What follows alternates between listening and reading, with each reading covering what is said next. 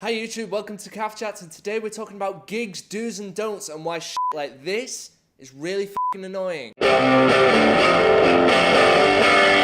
I have attended just under 200 concerts after 8 years of gig going. Come at me, bro. I love going to gigs. If you gave me the choice between going to the club or going to a gig, I'm gonna vote for the gig. So in that time, I've flagged up a lot of do's and don'ts. Mostly don'ts. So I thought it'd be fun to just run through a few of them with you. Please don't be that person to try and get the artist's attention by calling out their real name as opposed to their stage name. You know who you are. You're the one that's trying to climb over everyone else in front of you, desperately trying to get some eye contact with the artist. I'd say it's more apparent in like pop and hip hop shows. You're the kind of person that calls Lady Gaga Stephanie. You're the kind of person that calls The Weeknd Abel. You're the kind of person that calls Drake Aubrey.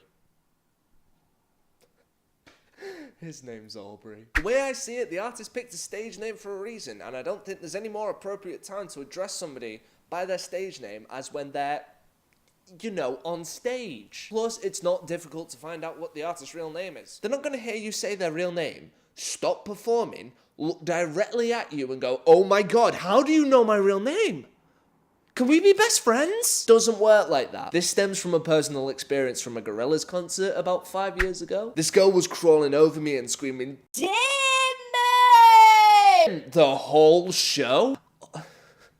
Although I can't really talk because I was the knobhead that would shout out Blur songs during a Gorillaz show.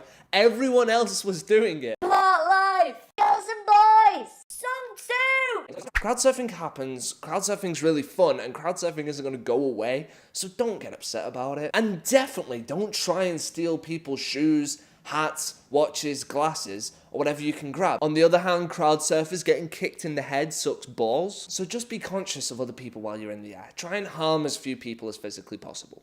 Don't fight at gigs. Good for you if someone nudged you a little and you want to look well hard in front of the girl you're trying to impress, but in reality, you've had too much to drink, and you're probably going to bother about 100 people around you, at least. There's a difference between moshing and then throwing hooks to someone that just gave you a funny look. Gigs aren't an opportunity to grab girls' arses, you creepy fuck. And girls are allowed to have fun and crowd surf too, but that's not an opportunity to cop a feel of their tits. On the flip side of that, girls, if I'm behind you and 1,000 people behind me have lurched forward, squeezing me up against you against the barrier, that doesn't mean I'm interested, it means I can't move. And I'm sorry that it's awkward, but I physically can't do anything about it. I'm honestly not trying to creep, it's just the physics of large crowds. And if this situation happens, boyfriends, I'm sure you think you're gonna score bare brownie points for this, but can you cool it with the death stare?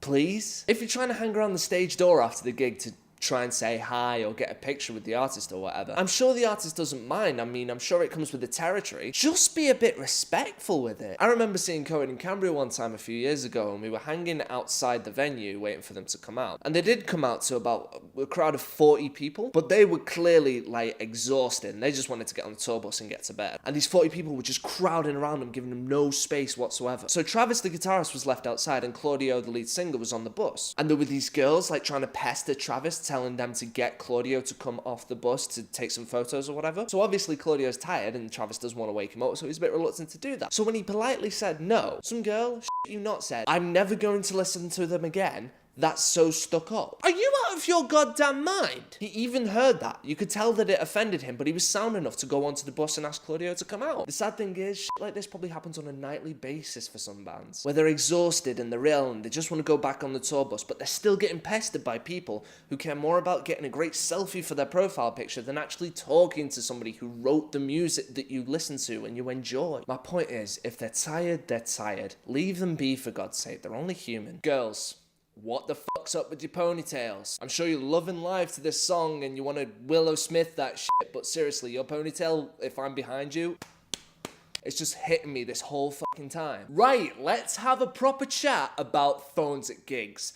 First off, fuck your iPad. Although I disagree that phones should be banned at gigs, and I don't see anything wrong with snapping a quick photo or video at the gig. The problem lies with the folk recording the whole concert. When I saw the Stone Roses, there were a bunch of signs everywhere saying no photos, no videos. And when they were performing, Ian Brown clocked this guy who was recording a video, and he said, I am not going to try and do Ian Brown's accent. How about you turn your phone off and actually enjoy the gig? Otherwise, you'll just have a memento of something that you haven't lived. Oh, that was good, that. Shame I was too busy filming it to actually enjoy the concert, but it was good. And to an extent I agree, but bear in mind that people of my age are from a digital age where we can share our happiest, most exciting moments with our friends on social media. So it's like I said, I think capturing a quick souvenir of the occasion is fine. I always make a point to, but it's the people who are filming like 80-90% of the gig that are the problem. That being said, however, it's so great that there are so many ways that we can actually remember a gig than relying on our own fading memory. What I mean to say is, when I want to recall an awesome gig to a friend,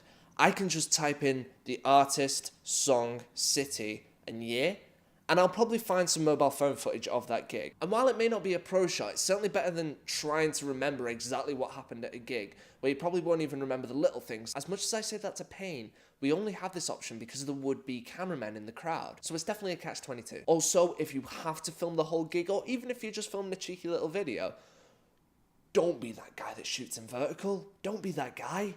You're worse than Satan.